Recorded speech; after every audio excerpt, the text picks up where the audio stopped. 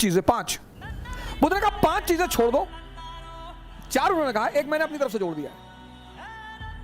उन्होंने कहा 4 चीजें छोड़ दो और ध्यान लगना शुरू हो जाएगा। मन, ध्यान लगना मतलब मन तुम्हारे कब्जे में आना शुरू हो जाएगा। पहली चीज, दूसरों के मन में क्या चल रहा है। सर अपने मन में तो आप देख ही नहीं पाते, दूसरे के मन में। ये एक ऐसी चीज है जो लोगों को बेचैन रखती है। ये मन को भटकाने में सबसे अहम भूमिका निभाता है। अगर आपने ये छोड़ दिया, अरे मामा जी आए थे और हमने उनके सामने कहा हम तैयारी करने जा रहे हैं, तो मुस्कुराने लगे, हम समझ गए वो क्या सोच रहे हैं। अब तुमने वो जो सोचा कि उनके मन में क्या चल रहा है, और अगर वो नेगेटिव सोचा, अस्थिर हो। आज की डेट में 95% लोग इस कंट्री में सिर्फ इसलिए परेशान हैं क्योंकि उनको पता है दूसरे के मन में क्या चल रहा है। तुम सिर्फ ये देखो कि तुम्हारे मन में क्या चल रहा है। सर ये चीज छोड़ दो, आपके जीवन की 50% दिक्कतें खत्म हो जाएंगी। सुल्तानपुर बस अड्डे पे, सुल्तानपुर एक डिस्ट्रिक्ट है यूपी में, वहां के बस स्टेशन पे एक लड़की खड़ी थी। उस लड़की के सामने एक लड़का खड़ा हुआ था। तो लड़की एक बैग उस लड़के के पास गई और उसने एक लड़के को एक तमाचा मारा खींच के। तो जो अगल बगल लोग खड़े थे वो आगे भाग के तुरंत, ये क्या हुआ मैडम? बोली ये 10 मिनट से मुझे घूरे जा रहा है। बोली मैडम ये अंधा है, इसकी दोनों आंखें नहीं है मैडम, ये बगल में से घर है, ये निकला है, कोई ना कोई आ रहा होगा पीछे से इसे कहीं ले जाने के लिए। गली है, गली में उसका मकान था, अवंतिका होटल के ठीक सामने। बोले मैडम ये अंधा है, ये बगल में गली में इसका मकान है मैडम, कोई घर में अंदर। सोचो उस लड़की को कितना पश्चाताप हुआ। दूसरों के मन को पढ़ना छोड़ दो। दूसरा कि लोग हंसेंगे, अगर हम हार जाएंगे तो लोग हंसेंगे। बिल्कुल हंसेंगे सर, क्यों ना हंसे। आप जीत जाओगे तो सजदा भी तो करेंगे। तो पता क्यों हंसते हैं कि बच गए, बच गए, नहीं तो इस बदतमीज के आगे सर झुकाना पड़ता। ये जितने ब्यूरोक्रेट हैं, मंत्री वगैरह हैं, ये सोचते हैं कि लोग मेरे सामने सर झुका रहे हैं, मुझे, तुम्हें कोई ना झुका रहा। इनको पता चलता है हारने के बाद, इनको पता चलता है रिटायर होने के बाद, बहुत बुरा पता चलता है सर।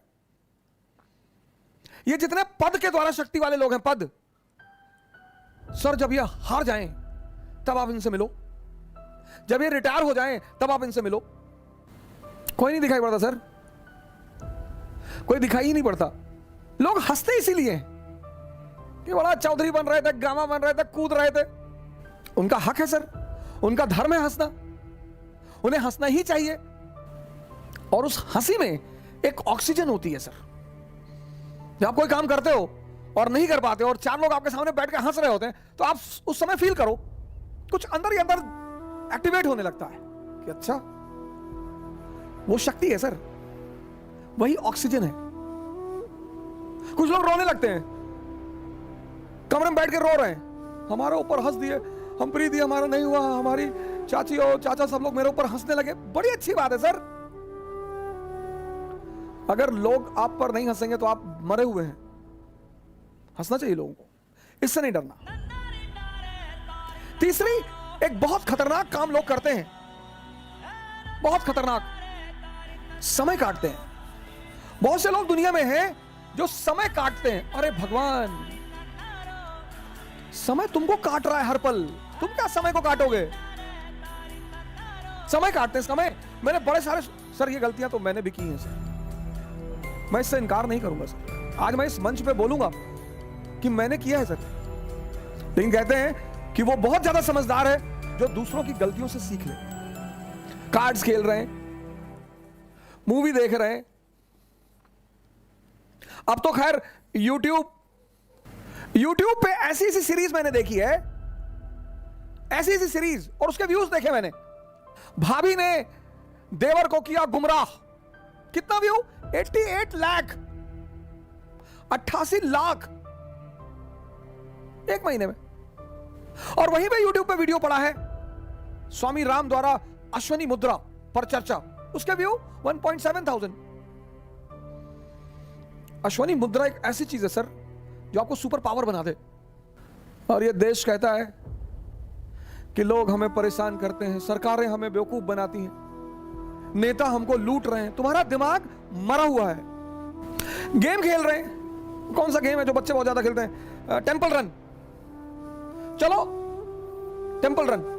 आपको गेम खेलना है ना, आप चेस खेलो। क्या गेम है सर, आप चेस खेलो, कोई नहीं है ना, इसी मोबाइल पे खेलो, टॉप लेवल पे खेलना। मैं तो हमेशा हार जाता हूं सर। लेकिन क्या क्या मूव्स आती हैं सर, क्या क्या चाल दिमाग में आती है। किताबें पढ़ लो, रीडिंग की हैबिट डालो। कोर्स की किताबें जरूरी थोड़ी हैं सर, कोर्स की किताबें एक से एक किताबें, नॉवेल्स, स्टोरी बुक्स।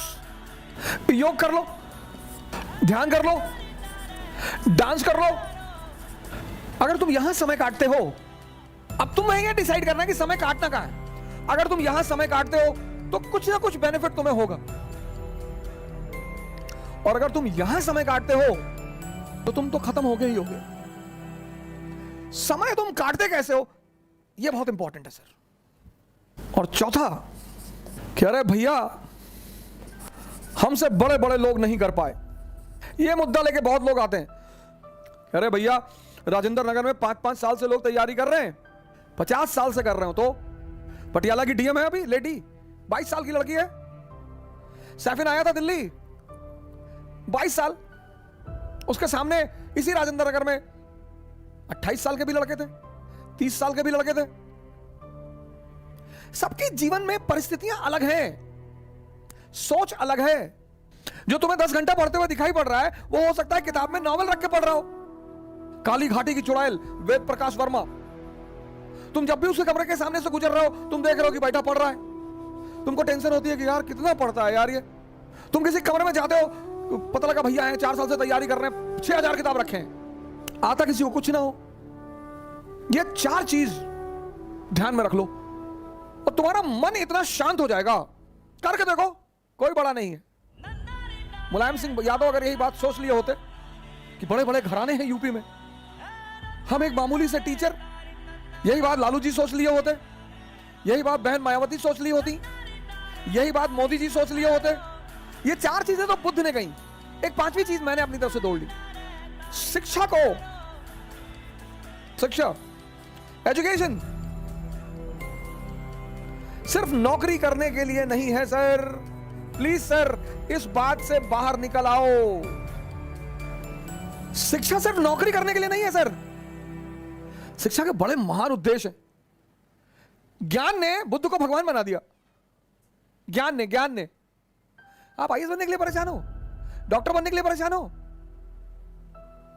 इंजीनियर बनोगे सर, आप बनोगे। हां, हमारे जीवन की 21 वर्ष के बाद, जैसे हम मिडिल क्लास से थे तो हमारे पिताजी कहते थे कि देखो भैया रिटायरमेंट के बाद हम तुमको पैसा दे ना पाएंगे, हमारी एक बेटी है उसकी हमें शादी करनी। ऐसे हम बहुत सारे मिडिल क्लास के लोग इसी स्थिति में हैं। जिस दिन ये देश शिक्षा और नौकरी के संबंध को तोड़ देगा, इसको महान बनने से कोई नहीं रोक पाएगा। इस देश में सफलता का पैमाना क्या है? अरे इनका लड़का डॉक्टर हो गया, तुम पता नहीं क्या पढ़ते हो। अरे हो गया माता जी, बहुत अच्छा है पढ़ने में। हमारे बहुत सारे पेरेंट्सों की आदत है दूसरे के बच्चों से कंपेयर करना। प्लीज, शिक्षा का जो अंतिम चरण है ज्ञान का, वो तो आदमी को भगवान बना दे।